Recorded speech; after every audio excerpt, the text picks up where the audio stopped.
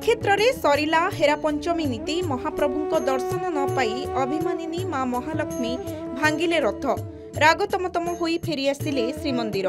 महाप्रभु सुस्थ हेबा परे धर्मपत्नी महालक्ष्मी को छाड़ी बड़ भाई और भौणी को सांगरे धरी जन्मवेदी को यात्रा करिसंती। दीर्घ दिन धरी महाप्रभुंक सह महालक्ष्मींक साक्षात होई नाही, सेथिपाई महालक्ष्मी व्यस्त विव्रत होई पड़िछंती। हेरा पंचमी दिन अर्थात गत राति रे महाप्रभुंकु दर्शन करिबा पाई श्रीगुंडीचा मंदिर अभिमुखी यात्रा करिथिले मां महालक्ष्मी, किंतु महाप्रभुंक भेट न पाई रागरे अभिमान करिथिले महालक्ष्मी। राग जर्जरित अभिमानिनी मां महालक्ष्मी नाकचना द्वार देई प्रस्थान करिबा समय भीतरच्छ महापात्र दहीपट्टी मणोही नीति करिथिले। एहा परे अभिमानिनी मां महालक्ष्मी नंदीघोष रथर चक भांगी बड़दाण्ड और हेरागोहिरी साही देई श्रीमंदिर को प्रस्थान करिथिले। आज हेबो तीनी रथर दक्षिण मोड़ बाहुडा पाई कराजिबो प्रस्तुति।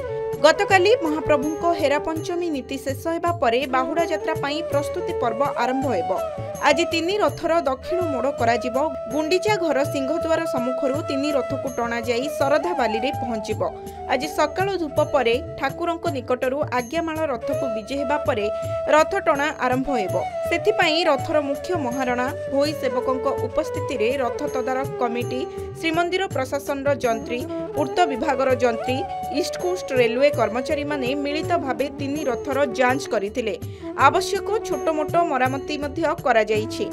प्रथमे देवी सुभद्रांको देवदलन, परे बलभद्रंको तालध्वज और शेषरे जगन्नाथंको नंदीघोष रथ आसी नाकचण द्वार सम्मुखरे पहुंचिबो। आसंता शनिवार महाप्रभुंको बाहुडा यात्रा, एणु दक्षिण मोड़े रथ श्रीमंदिर अभिमुखे गड़िबाकू प्रस्तुत रहिबो। आजिठू गुंडीचा मंदिर आड़प मंडपरे आरंभ हेबो तीनी दिनिया रासलीला। गोपी मानक सहित रासलीला करिबे महाप्रभु श्री जगन्नाथ। सेपटे गतकाली राति रे हेरा पंचमी नीति पालित होई जाइछि।